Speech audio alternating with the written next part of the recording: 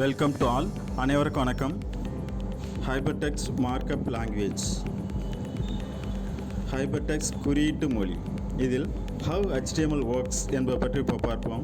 An HTML file is a text file that ends in .html.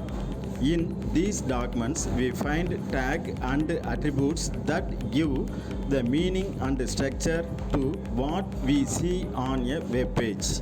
A web browser loads HTML markup and displays the page to the user according to its code. How HTML works. ஒரு HTML கோப்பு என்பது .html என முடிவடையும் ஒரு உரை கோப்பு ஆகும். இந்த ஆவணங்களில் ஒரு வலைப்பக்கத்தில் நாம் காண்பவற்றிற்கு அர்த்தத்தையும் கட்டமைப்பையும் வழங்கும் குறிச்சொற்கள் மற்றும் பண்புக்கூறுகளை நாம் காண்கிறோம்.